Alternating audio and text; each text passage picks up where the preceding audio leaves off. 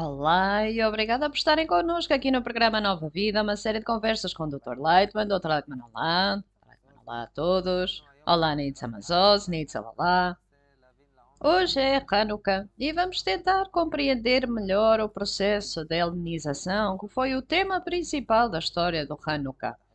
Como está relacionado com a nossa vida, aqui e agora, o que é que podemos aprender disto? Fique connosco, vai ser muito interessante. Nitsa, por favor. Nitsa, sim, quando celebramos o Hanukkah, estamos a celebrar a vitória dos macabeus sobre os gregos. E hoje gostaríamos de compreender melhor o conceito de helenização, o que é. Olhando mais profundamente para os livros de história, vemos que naquela altura, depois da ocupação de Alexandre o Grande, vemos que existe um determinado processo, um desejo de introduzir uma certa cultura que parece muito iluminada, intelectual, que desenvolve o intelecto, a consciência, a beleza, a estética, a competição. E essa cultura, a cultura grega, é uma cultura que parece muito desenvolvida e em desenvolvimento, e os judeus, naquela altura, nos primeiros estágios, antes de eventualmente virem os decretos de Antíocos, houve um período de mais ou menos 200 anos bons, onde lhes foi permitido manterem os seus costumes, todos os grupos étnicos, não só os judeus. E também fizeram parte de uma supercultura, de uma que mantém determinados costumes morais. Então, talvez gostaria de abrir isto com uma pergunta essencial, ou este processo aqui em que parece que tudo está bem. E existe um grupo entre os judeus, parte dos judeus estavam realmente dentro disto, as elites, viram tudo isto como um processo desenvolvimental, e há um pequeno grupo de pessoas que resistem à integração, querem manter a sua singularidade, não querem tornar-se parte desta grande cultura. E a pergunta é: qual é o mal disso? Aparentemente, parece que tudo está bem. Porque é que estavam tão contra isto, este grupo de pessoas, este pequeno grupo de pessoas? E o que é que tem de errado este processo de helenização que aconteceu naquela altura? Dr. Leitman, antes de mais, da forma como eu vejo isto, não foi de forma alguma como está aí a contar. A minoria dos judeus que estavam a favor da cultura judaica não são uma minoria em termos da quantidade de pessoas, isso é incorreto, mas é a minoria das forças internas dentro da pessoa. As quantidades eram vastas. A cultura grega não podia verdadeiramente penetrar a cultura judaica, porque era o completo oposto a como a nação vivia, a como as pessoas eram, como era a sua Torá, a sua ideologia de vida. Temos que compreender que as pessoas que viveram naquela altura, antes de mais, eram meticulosamente educadas. Receberam uma educação compreensiva. Em todo Israel dizia-se que não havia uma criança do norte ao sul que não conhecesse as leis da pureza e da impureza, que é o principal. Isto não se trata de ser kosher, mas do kosher interno. Não é que hoje o Rabi tenha de ter um teste sobre o que é kosher, mas um Rabi, naquela altura, tal como outra pessoa, era considerado aquele que sabia o que é a santidade, que é doar, que é ama o teu próximo como a ti próprio, e a impureza, que é o oposto, beneficiar-se a si próprio pelo benefício do ego. E isto era como eles viviam. Viviam de acordo com a regra de ama o teu próximo como a ti próprio, que era a regra do povo de Israel. E essa regra foi quebrada nos tempos de Rabi Akiva, quando o segundo templo foi destruído, quando entraram em exílio por causa disso. Mas o que estamos a falar naquela altura, toda a nação estava num nível espiritual. Sabiam o que significava manter a Torá e as mitzvot internamente, que é a correção dos desejos das pessoas para o benefício dos outros, para o benefício do Criador. E eles eram verdadeiramente como um homem com um só coração. Claro que em cada momento tiveram que vencer a inclinação ao mal, mas cresceu porque eles a venceram e tornou-se ainda maior. Em manter a condição de ama o teu próximo como a ti próprio. Portanto, conectaram acima dos egos e o ego cresceu. Conectaram acima dele e eles conectaram-se novamente. E assim todo o tempo. Até que todo o ego dentro do povo de Israel faz um escrutínio próprio, revela-se e em cima disto o povo de Israel vai conectar e alcançar a correção final, a correção completa. Isto foi o que eles ansiaram alcançar e foi assim que funcionou. E de forma correspondente a esta condição, construíram o primeiro templo e desde o primeiro templo começou a degradação, que era como era suposto ser, em que eventualmente tudo vai partir, o povo de Israel vai para o exílio e vão sair do exílio com uma grande substância, tal como foi no Egito. Saem trazendo toda a humanidade com eles, tal como acontece agora nos nossos tempos, que temos que nos levantar e puxar toda a humanidade connosco.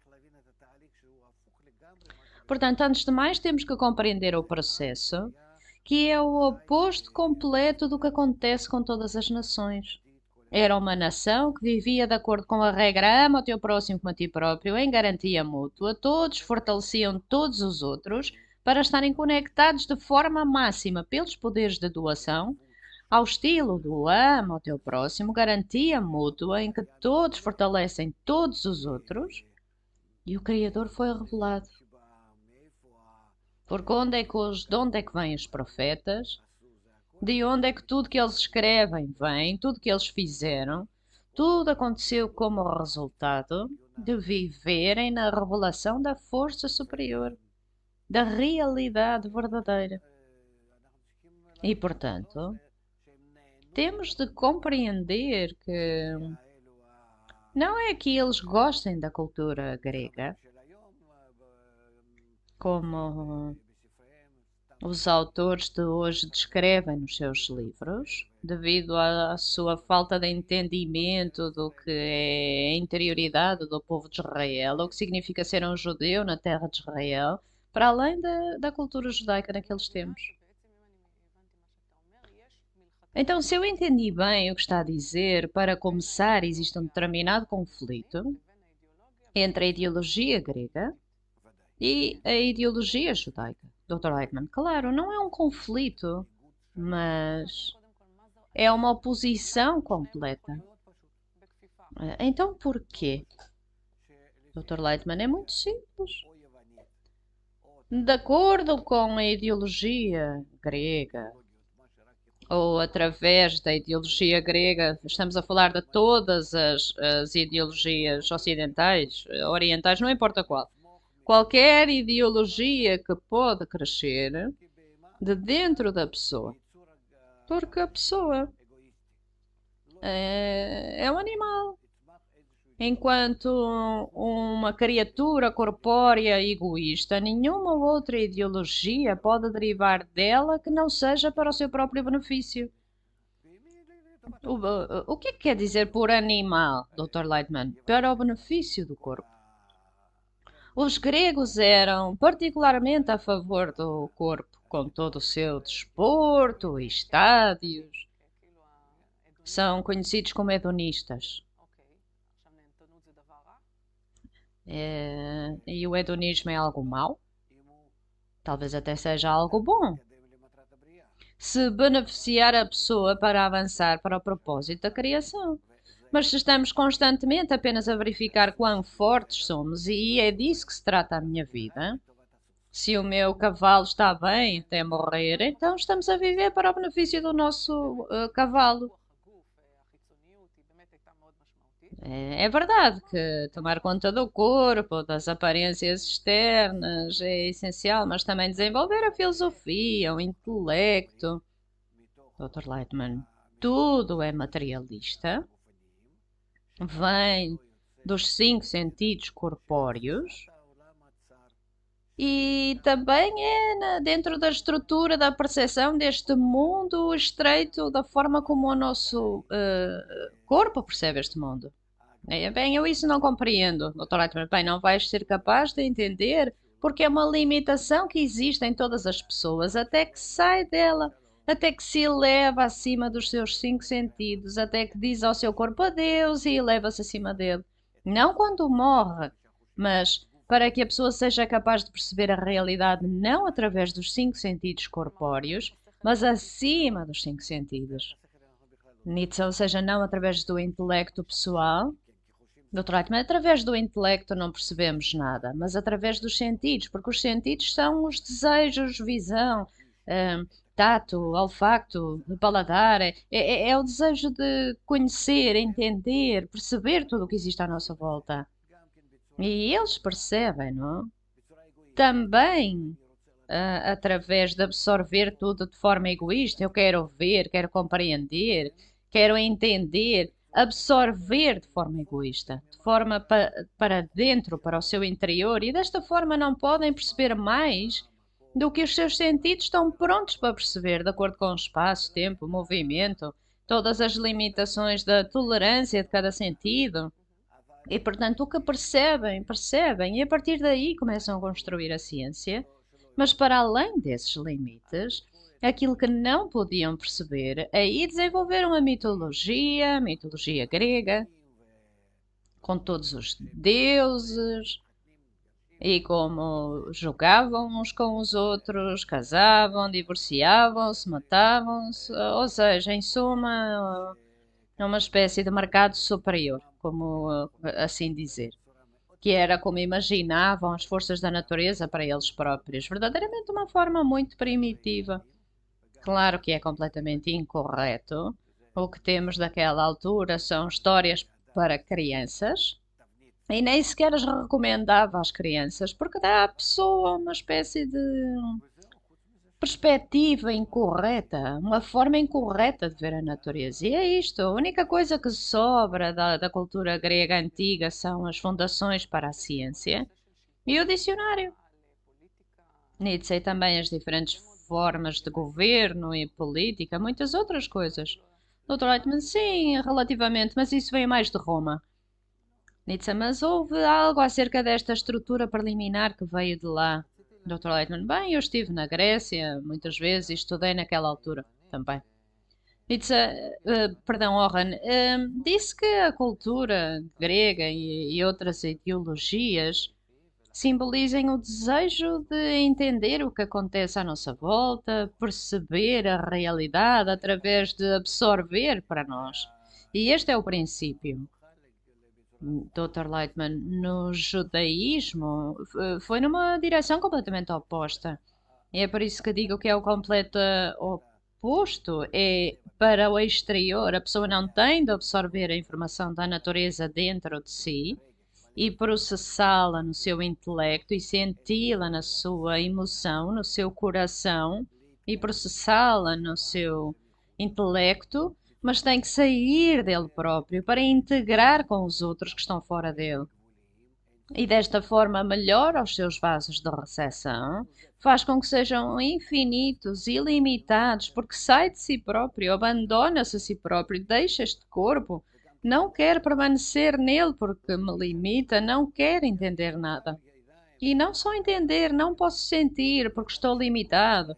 Mãos, olhos, o que é que eu posso perceber? E depois de perceber, através dos meus sentidos, depois de processar a informação, visão, audição, toque, quando processamos esta informação, também a processamos para o nosso próprio benefício, necessariamente para o nosso próprio benefício, porque é assim que o nosso corpo funciona. Porque a sua força é força egoísta. O que quer que aconteça, mesmo do mundo circundante, eu percebo apenas aquilo que posso perceber nos meus cinco sentidos, nos meus cinco desejos egoístas, ou seja, apenas para o meu próprio benefício, o que me beneficia ou o que me pode magoar, dentro do limite de percepção de cada sentido, e é isso. E se existem outros fenómenos à minha volta, não consigo percebê-los. Posso perceber um pouco, ao longo de centenas de anos construímos instrumentos que podem expandir o alcance da percepção dos ouvidos, olhos, etc. Mas quanto podem eles perceber? E necessariamente processamos-los necessariamente para o nosso próprio benefício, ou seja, estamos limitados. Se vamos pesquisar a realidade, temos que ser completamente independentes. Mas como podemos fazer isso? Para começar, somos egoístas. Para começar, vemos apenas o que é bom, o que é mau, o que é agradável, o que não é, o que é benéfico, o que não é, de forma automática, subconsciente. Nós filtramos, digamos, tudo o que está perante nós. E o que vemos quando abrimos os olhos, o que vemos é o que é benéfico para nós vermos. E o que não é benéfico, não vemos. Vejam quão diferentes somos uns dos outros com este respeito. O que uma pessoa compreende, a outra pessoa compreende o completo oposto. Portanto, volta aqui ao nosso assunto. Existe uma abordagem completamente oposta a isso, que é a abordagem grega. Existe uma percepção oposta, e essa percepção oposta diz que para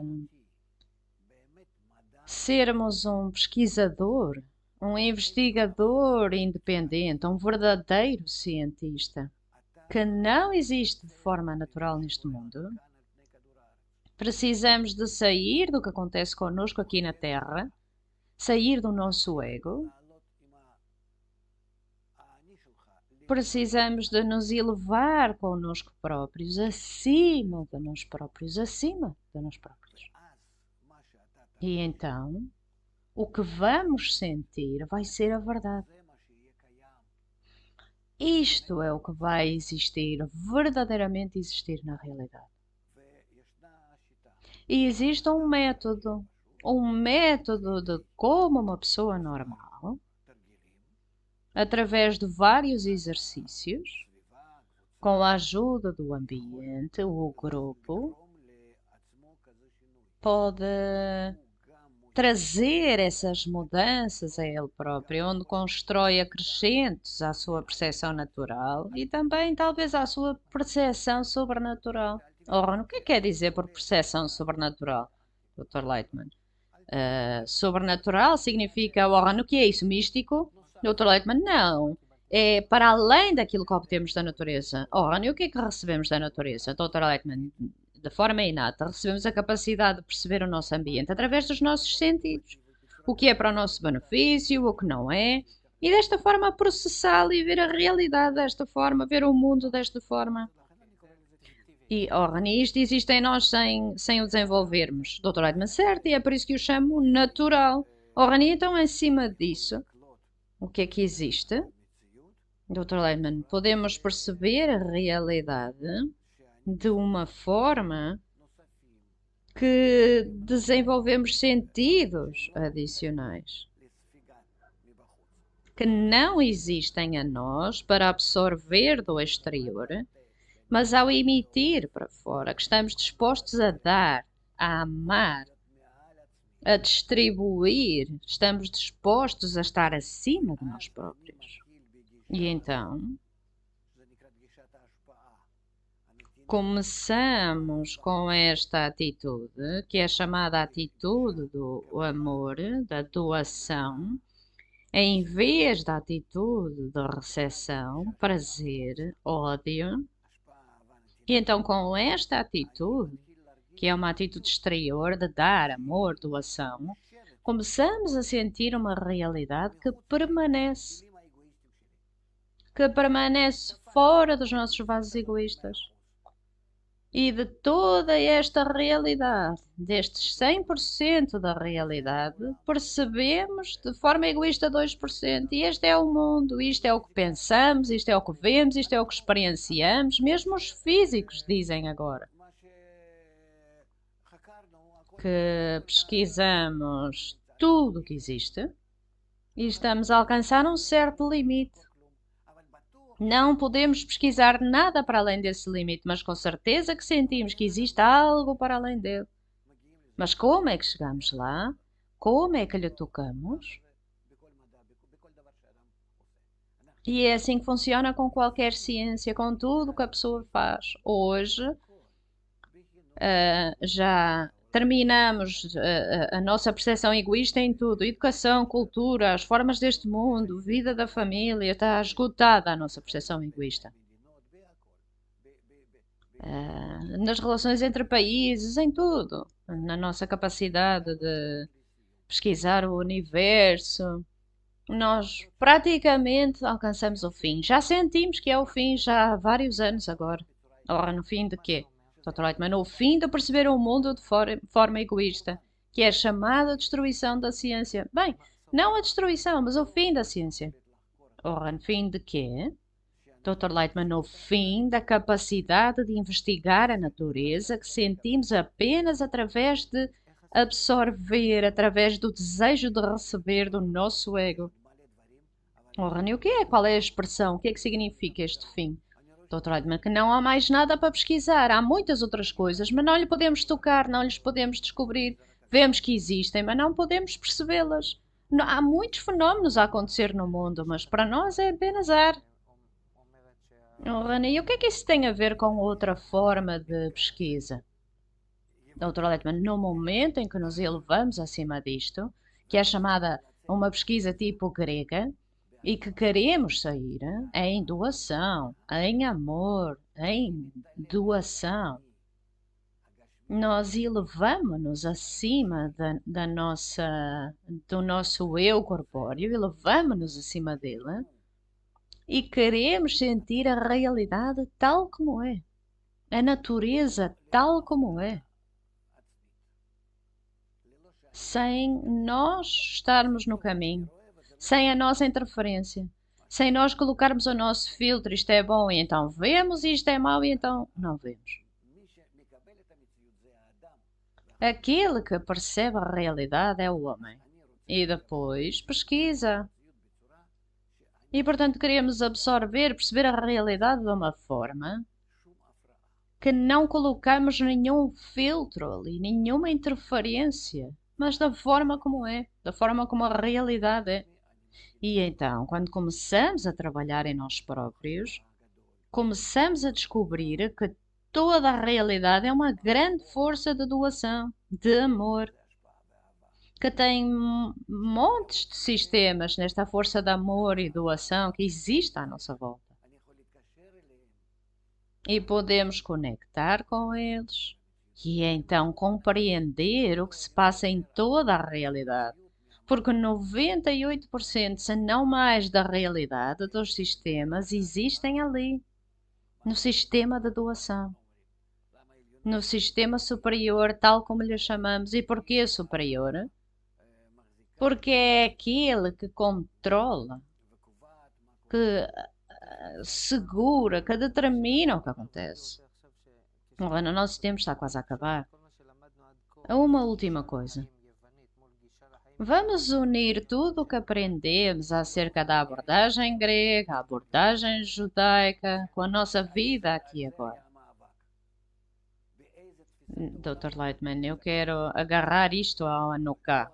Isto foi o que a luta significou. Em que tipo de percepção do mundo é que estamos? Ou na percepção judaica, que é uma percepção exterior, fora da nossa percepção corpórea, ou vamos perceber a vida da forma com o nosso corpo, que é a abordagem grega de percepção. Estas são duas opções duas percepções opostas e a luta foi acerca disto. O Rani não tem nenhum significado hoje, Dr. Leitman, hoje é o oposto.